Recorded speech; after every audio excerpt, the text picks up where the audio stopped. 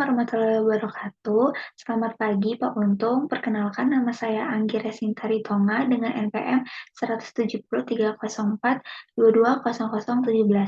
Pada kesempatan kali ini izinkan saya untuk mempresentasikan hasil laporan pembuatan maket layout warehouse dengan warehouse saya jenis distribution center.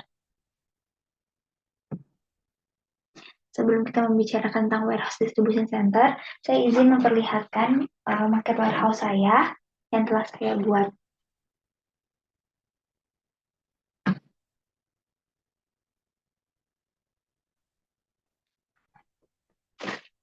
Berikut adalah bukti fisik bahwa saya telah membuat market tersebut. Nah, kembali ke pembahasan, warehouse distribution center tersendiri ialah gudang distribusi yang berfungsi sebagai titik penghubung rantai pasok sebelum didistribusikan ke konsumen. Tugasnya untuk mengelola, menyortir, memproses pesanan, melakukan packaging handling, dan mengirim pesanan atau proses shipping.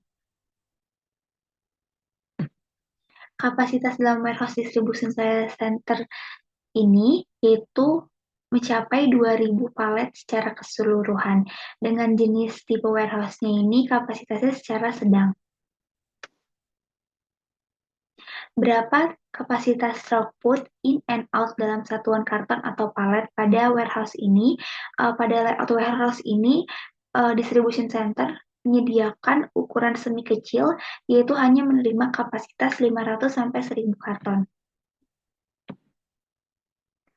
Dan pada layout ini mencakup apa saja unit alat material handling yang digunakan dan tipe apa saja. Saya memakai dua, yaitu forklift, yaitu menjadi material handling untuk mengangkat, memindahkan, menyusun barang dari rak yang lebih tinggi, dan mempercepat loading dan unloading barang. Kemudian ada jenis palet, di mana material handling dalam warehouse ini digunakan untuk memindahkan, menyimpan, mengendalikan, dan melindungi material yang ada di dalam warehouse. Selanjutnya, tipe warehouse ini tuh berbentuknya apa? Saya memakai tipe warehouse shape U, di mana layout gudangnya ini, alur pergerakan barangnya ini membentuk huruf U, di mana inbound dan outbound-nya itu berada di sisi yang berdekatan. Nah, biasanya penyusunannya itu seperti di bagian belakang atau tengah.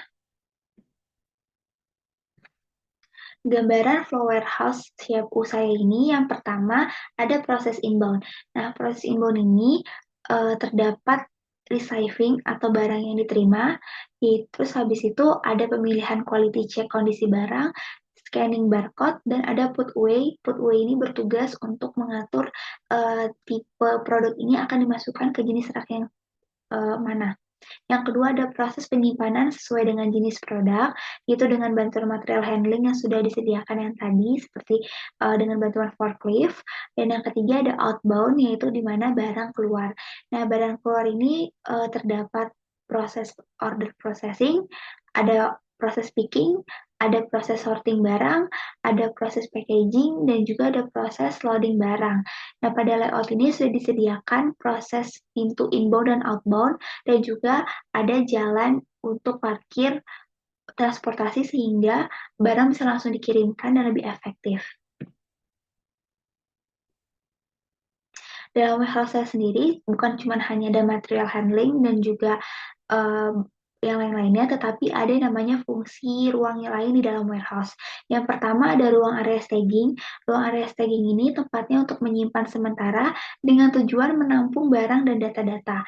Yang kedua ada office. Office ini sebagai pusat kontrol kegiatan inbound, outbound, inventory, dan ruang pengawasan seperti ruang CCTV. Dan yang terakhir ada resepsionis. Resepsionis taruh di depan yang berfungsi sebagai tempat menerima tamu atau menerima administrasi sementara. Berikut adalah layout saya jika difoto dari 5 sisi. Sekian presentasi dari saya, kurang lebihnya mohon maaf. Wassalamualaikum warahmatullahi wabarakatuh. Selamat pagi. Terima kasih.